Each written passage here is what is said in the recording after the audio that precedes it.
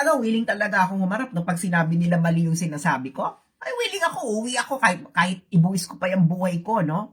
Niluloko kayo ng mga politikong ito, ng mga putang ina na ginagamit ang pera ng taong bayan na pinaghirapan ng bawat isang taxpayers, OFWs. At ilang beses nila itong ginagawa. So, ibig sabihin, humingi sila ng 2.6066 billion pesos for 2023 ng traveling expenses. Ang nagastos lang daw nila, at proud pa sila, ay 39.7 million. Hindi sila dapat maging proud dito. Dahil, bakit ka, remember guys, sa gobyerno, pag ang pera ay nilagay, okay? Pag ang pera sa gobyerno ay nilagay sa isang basket, may ibang baskets na hindi malalagyan ng pera. Okay? Ngayon, nilagay ko dito ang 2.066 billion na pera ng taong bayan sa basket na to. Okay? Pero, ang nagastos lang sa basket na ito ay ito. So, ano nangyari sa pera nito? Nandiyan nakatiwangwang. Okay? Nakatiwangwang. Mali ang konsepto na yan. Kasi itong perang nakatiwangwang na ito, dapat ito ay nasa mga serbisyo ng gobyerno na nangangailangan ng pera. For example, hospital. Maraming hospital ang mas mapapakinabangan ito. Ito lang naman pala kailangan mo eh. Bakit nandito sa basket mo itong pera na to? Dapat ilagay ito doon sa basket na kung saan ito ay talagang gagamitin. Nagigets ninyo? Mali itong ginagawa ng Kongreso. Mga putang ina ninyo. Ayusin ninyo yan.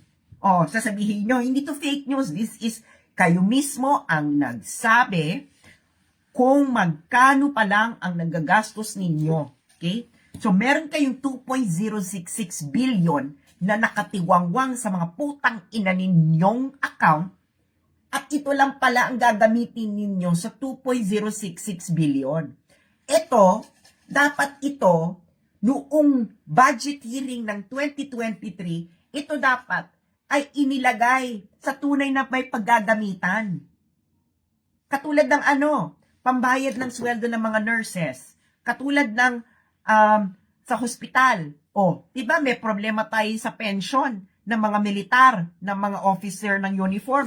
Sabi niyo walang pera. Paano walang pera?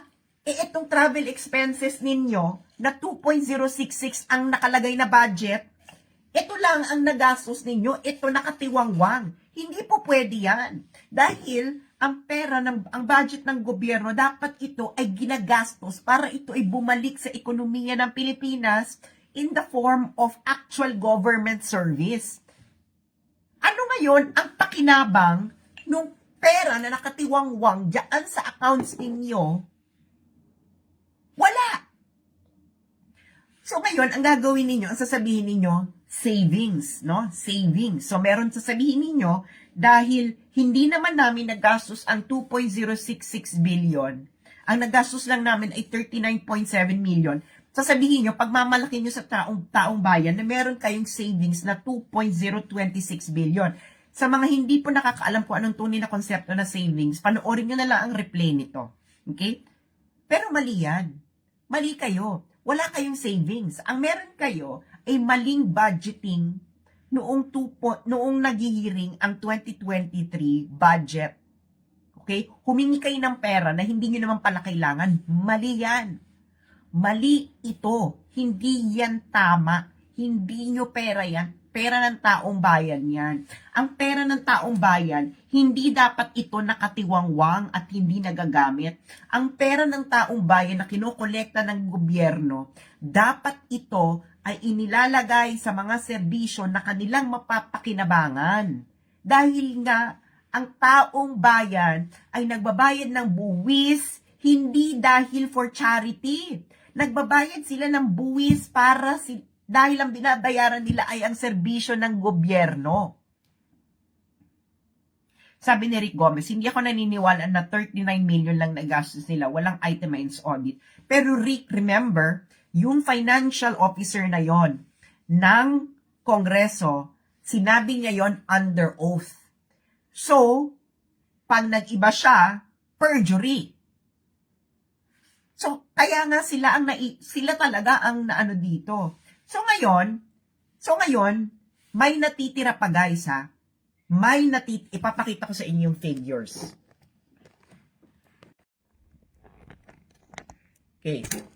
So guys, sa travel expenses pala ng House of Representatives, may natitira pa na 2,026 million. Okay. So ngayon, sa gobyerno, ang konsepto sa gobyerno, kung by budget na ibinigay sa'yo, dapat gastusin mo yan. Isang buwan na lang, matatapos na ang taon. So meron pa kayong 2,026 million na nakatiwangwang sa travel expenses. Paano nyo gagastusin ang 2,026 million in 1 month? Paliwanag nyo nga sa amin, saan mapupunta yan? Saan mapupunta yan? 'Di ba? Kailangan, ipakita. Kasi nga, guys, kahapon lang sinabi na 39.7 million pa lang ang nagagastos nila out of 2 billion and 66 million. So, ibig sabihin, may natitirang 2 billion and 26 million. So, ngayon, isang buwan na lang, okay? Isang buwan na lang, so 30 days na lang ang natitira para gastusin nyo yan. So, ibig sabihin, kayo sa House of Representatives, para maubos nyo yan, kailangan yung gumastos ng 67.5 million per day. Diba? Oh. So, ibig sabihin, kailangan ibalik nyo yan sa treasury. At hindi lang yon. Hindi lang yon. Okay? Dapat ibalik yan sa treasury kasi hindi nyo pa pwede sabihin savings yan. Kasi hindi yan savings. Okay? Yan ay pera na produkto ng maling planning. That's not savings at all. Savings is a result of the efficiency of your procurement processes. Hindi po efficiency ang humiling ka.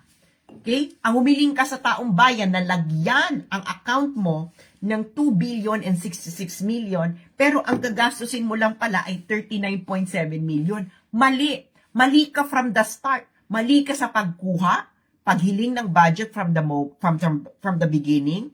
Mali ka rin ngayon at mali rin ang konsepto mo ng savings. Hindi yan savings. So ngayon, Kongreso, saan mapupunta ang 2 billion and 26 million na natitira pa sa travel expenses ninyo? Hindi nyo, kasi ganito guys ha, sa gobyerno, pag nadeklarang savings, pwede itong i-realign sa iba.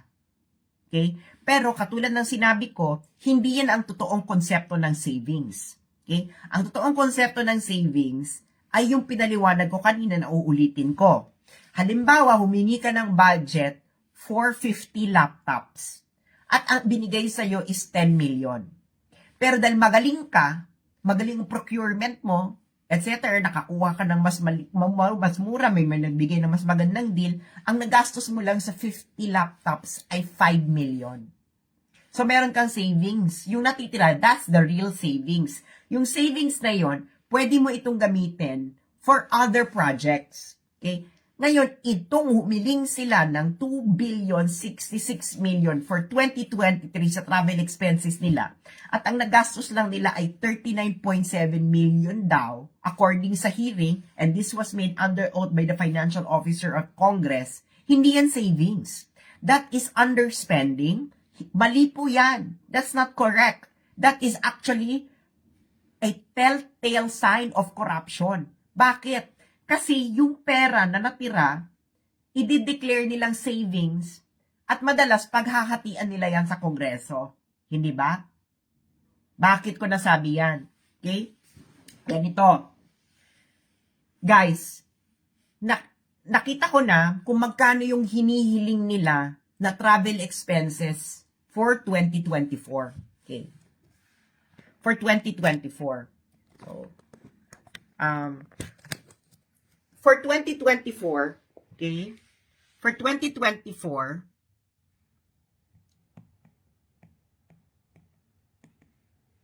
Okay, for 2024,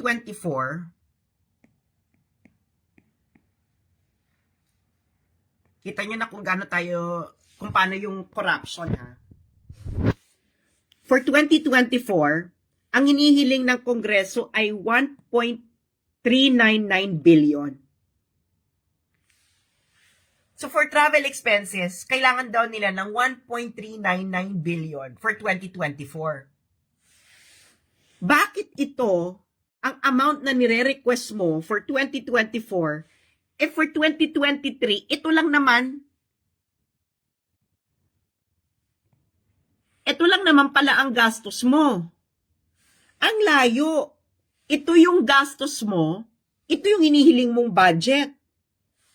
Guys, ipaliwanag nyo nga yan. Ito ang nagastos mo for 2023. Ang hinihiling mong budget for 2024 ay 1.399 billion. Ang layo. Nag-gets ninyo? Nakuha nyo ba? Kung nakuha nyo, sabihin nyo sa comment section. Nag-gets ninyo ba? Ang nagastos nila for travel expenses for 2023 ay 39.7 million lang so far. Okay. Pero, ang hinihiling nila na travel expenses budget for 2024 ay 1,399 million. Tama ba yun? Tama ba yun, mga kababayan? Yung mga OFWs dyan, yung mga domestic helpers sa Hong Kong, di ba? Yung mga domestic helpers, hindi lang sa Hong Kong, pati sa Middle East. Pag kayo humingi kayo ng budget sa amo ninyo, di ba? Halimbawa, hindi nyo pa alam, no, kung magkano yung gagastusin. Binigyan ka, for example, lang amo mo, okay, for this day. Okay, bibigyan kita ng 1,000 Hong Kong dollars. Pero, nakikita ng amo mo, ang nagagastos mo lang pala is, may pattern, ang nagagastos mo lang pala sa pamamalengke ay 300 Hong Kong dollars. Pwede mo ba sabihin sa amo mo na, okay, pahingi po ako ng 1,000 Hong Kong dollars sa budget? 300 Hong Kong dollars nga lang yung nagagastos mo eh. So at most, ang ibibigay sa'yo ng amo mo siguro, mga 500 Hong Kong dollars, no? Just for the contingency. Pero hindi yun na ang nagagastos mo lang pala ay 39.7 million for travel expenses. Tapos, ang hihingin mong budget ay 1,399 million? Tama ba yun? Okay, may tanong si Nodge. Okay, Nodge. Sa bago lang si Nodge. Nodge, papakita ko sa'yo Papakita ko sa'yo, Nodge. Ang budget nila for travel expenses ay 2,066 million. This is the budget. Okay? Ito na yung perang nasa kanila. That's the budget. Okay? Okay, that's the budget. Pero ang nagastos lang nila, 39.7 million. Ito yung nagastos. Nagastos, 39.7 million. Ang budget, 2.066 billion. So ito lang pala talaga ang travel expenses nila. Pero ito yung hiniling nila, 2,066 million. Tapos sa 2024, ang pinihiling nilang travel expenses budget is 1,399 million. Mali. Bakit itong hinihingi mong budget, ito lang pala ang expenses mo? Nakuha nyo ba? So ngayon, Kongreso, saan mapupunta yung 2,026 million? Hindi nyo ito pwedeng ideklarang savings. Kasi ang tunay na savings, yung sinabi ko kanina. Diba? Mali. Ibig sabihin, mali ang pag-utilize ninyo ng pera. Mali ang inyong pag-request ng pera. Dahil yung perang ni-request ninyo ay hindi naman pala ito ang tunay na nagagastusin ninyo. Sabi ni Darwin, means may 3.3 budget sila in 2024. Mali. Darwin, hindi ganyan. Ang budget sa 20 hindi po cumulative, ang budget po natira sa isang taon, hindi po ito nadadagdag sa next year. Hindi ganoon. Lahat ng hindi nagamit na budget bumabalik sa National Treasury. Okay? Pero meron po kasing practice sa Kongreso na yung natira sa budget, idedeklara nilang savings. And usually, yung savings na yan, pinaghahati-hatian. Sabi ni punta ka po sa hearing, doon mo patunayan sinabi mo. Ano kailangan kong patunayan sa sinasabi ko? Dun sa hearing na nga mismo. Sa hearing na nga mismo, sinabi, engot ka rin pala eh. Sa hearing na nga nila mismo sinabi na 39.7 million lang ang nagastos nila. And according to the GAA, 2024 GAA, okay, na makikita mo, ugok, ikaw ay isang citizen na hindi mo alam ang iyong tungkulin, tapos magagalit ka sa amin na alam namin ang aming tungkulin, dapat sa'yo, pumunta sa flyover at pag-isipan mo kung kailangan mo pang magpatuloy sa iyong buhay. Okay. Sinabi nila mismo, 39.7 million lang ang nagastos nila sa 2 billion, 66 million. So may natitirang ilang bilyon. Okay, mali nga yan. Tapos, ang kapal pa ng mukha nila na sa 2024, ang hihilingin nilang budget ay 1,399,000,000 sa kanilang travel expenses. Hindi naman talaga yun ang nagagastos ninyo. Ang nagagastos nyo lang wala pang 100 million. So dapat maximum ang ibigay lang sa inyo na budget sa travel expenses ay 100 million. 'Di ba? 'Di ba, Robert? Tama. Okay ka na pala sa 39.7 million. Bakit ka humihingi ng 1 billion next year? Anong rason? Sabi ni Smiley, medyo malak. Anong medyo? Miley, hindi lang yung medyo. 39.7 million ang actual expenses. Ang hinihingi mong budget ay 1,399,000,000 next year. Hindi po yan medyo. Ang layo-layo ng 1,399,000,000 sa 39.7 million. Diba? So, tanong ni Lyda, so saan mapupunta dapat ang sobra? Ang tama, ang sobra, mapupunta dapat ito, babalik ito dapat sa National Treasury. At sa next budget cycle, ang marirequest mo lang na pera ay dapat mas malapit doon sa ginastos mo last year. Nagigets din ninyo? So kung ang ginastos mo ngayon sa travel expenses, kayo House of Representatives, ay 39.7 million lang, dapat sa 2024, ang budget nyo dapat sa travel expenses ay hindi ito dapat tataas ng 100 million.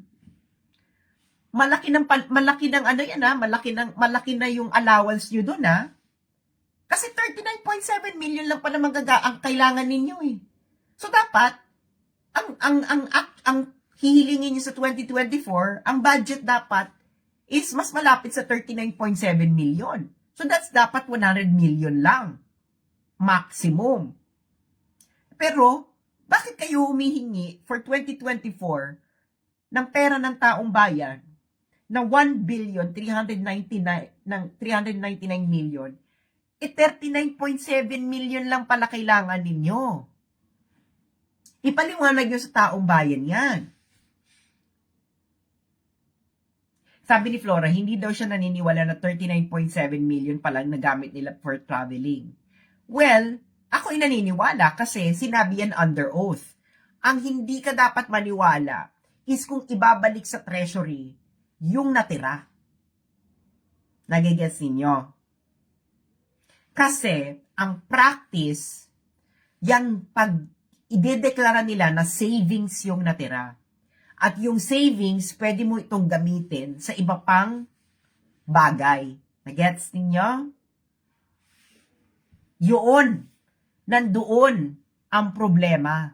Okay? Ginawa nila yung kanilang modus operandi. Legalized corruption. Nagigets nyo bakit legalize? Kasi pwede kang magdeklara ng savings eh. Halimbawa, may natira, gagawin mo siyang savings, tapos yung savings na yon gagamitin mo siya sa isang bagay. So, doon ang problema. Okay? Legalized corruption. Okay?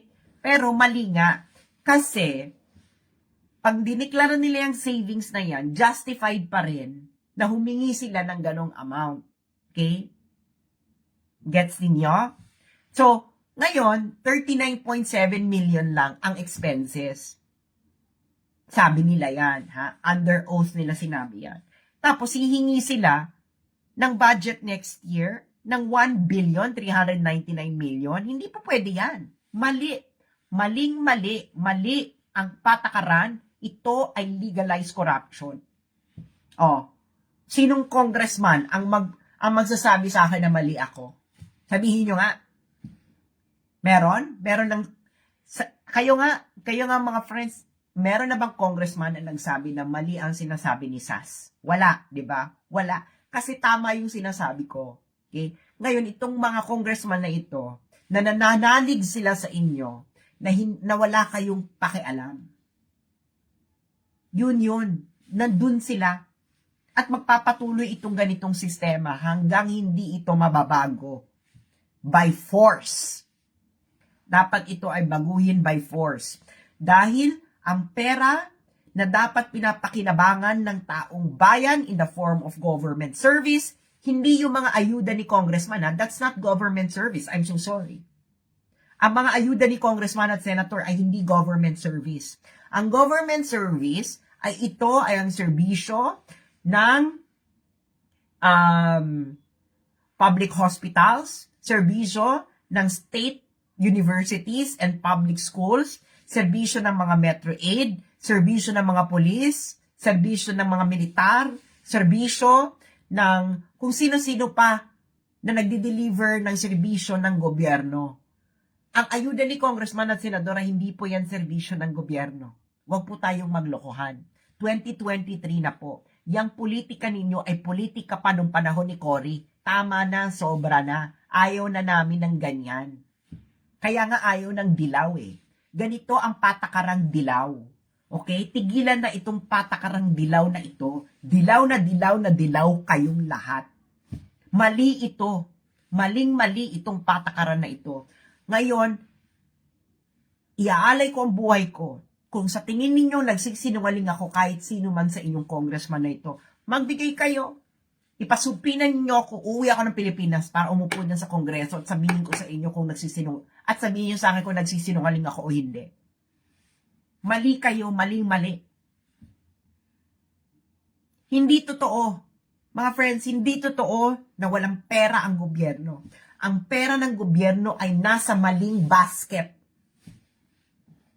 Nakatiwangwang at nanakawin lang. Can you imagine? Ang actual expenses mo ng traveling, 39.7 million. Tapos ang hinihingi mong budget, 1,399,000,000. Oh, nasa ang katarungan dyan? Malinis ba yan? Gawain ba yan ng hindi magnanakaw? Diba? Guys, yung mga magulang dito, kung ang anak ninyo ay humingi ng budget, let's say 5,000 pesos.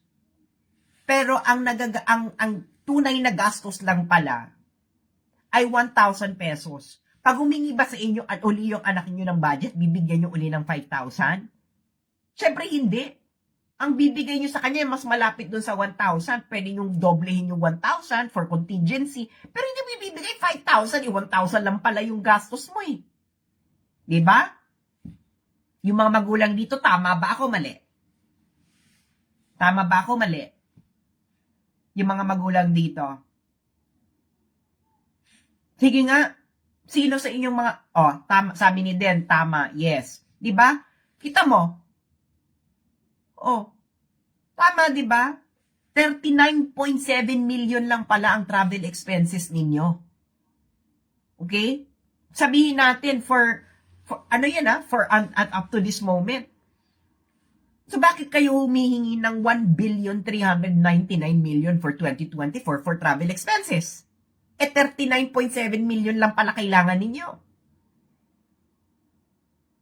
So, dapat, siguro kung generous ako, dapat ang ibibigay ko lang sa'yo 100 million for 2024. Hindi 1,399 million. Tarantado. Sino yan? Ano kayo? Anong logic yan, mga congressman? Hindi ba yan logic ng magnanakaw? Ano? Hindi ba logic ng magnanakaw yan na ang talagang ang nagagastos ang pwede nyo ang magagastos nyo lang pala sa isang taon ay 39.7 million. Tapos ang hihingi ninyong budget for 2024 ay 1,399 million. Gawaing magnanakaw yan eh. Kupit. Kaya gusto nyo ng ganung kalayo at alam ito ng mga estudyante, di ba? Alam ito ng mga estudyante. Nahihingi ka ng budget na malaki, tapos hindi mo sasabihin sa magulang mo yung tunay mong ginagastos para yung tira, kupit mo na. Di ba? Diyos ko dahil, lahat tayo naging estudyante, alam natin itong gawain ito. Tama? Yung mga naging estudyante dito, di ba? Ganyan tayo nun sa mga magulang natin. Halimbawa, ang school project, 150 pesos. Siyempre, tapos hihingi tayo, sabihin natin, 300 pesos. Kupit na natin yung 150 pesos. So, ganoon ang kanila. Diba? Ganoon ang gawain. Tama? Kita mo si Sin, natatawa eh. Diba? Alam yan ng mga Pilipino, kupit, gawaing kupitero yan. Ang gastos mo lang, 39.7 million, tapos hihingin mo sa taong bayan is 1,399 million. Kupit! Gawaing kupitera. Tapos kayo, papunta-punta pa kayo ng simbahan, padasal-dasal, pakita-kita nagdadasal, ugok. Hindi naniniwala sa inyo ang Diyos na malinis ang mga budhi ninyo. Kung ang inakupit na kupit, gawaing kupitero. Di ba? Yung mga estudyante, di ba? Di ba ganyan yan, di ba? Di ba? Lahat naman tayo naging estudyante ng mga bata tayo, kaya alam natin tong gawain na ito. School project, 150 pesos. Pagpunta kay nanay, kay tatay, nay, kailangan ko ng 300 pesos. Pero ang school project lang pala 150 pesos. Kupit. Yung natira, kupit na natin, di ba? Ganyan din kayo sa Kongreso. Ang actual ninyong gastos ay 39.7 million. Ang hihiling, pero ang budget ninyo, 2,066 million. So yung natira, kupit.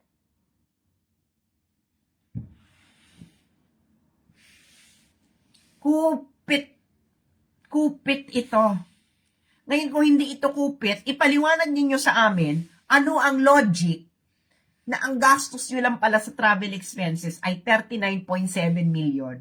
Pero ang hinihingi ninyong budget next year sa travel expenses ay 1,399 million. Ang layo, mga congressman, ang layo ng 39.7 million sa 1,399 million. Yung hinihiling ninyo na pera sa taong bayan, 1,399 million, ang layo sa actual ninyong gastos na 39.7 million. Tangina, yan ay gawain ng mga estudyante noon. Kupit. Alam namin yan, lahat ng estudyante alam itong modus operandi na ito. Ang actual na gastos, lalagyan mo ng sasabihin mo kay nanay, tataasan mo yung kukunin mong pera, hindi mo sasabihin na 150 lang yung school project. Sasabihin mo, yung school project 500 pesos. Kasi yung matitira doon, kupit mo na. Tama? Kupit na kupit yung modus operandi ninyo, House of Representatives.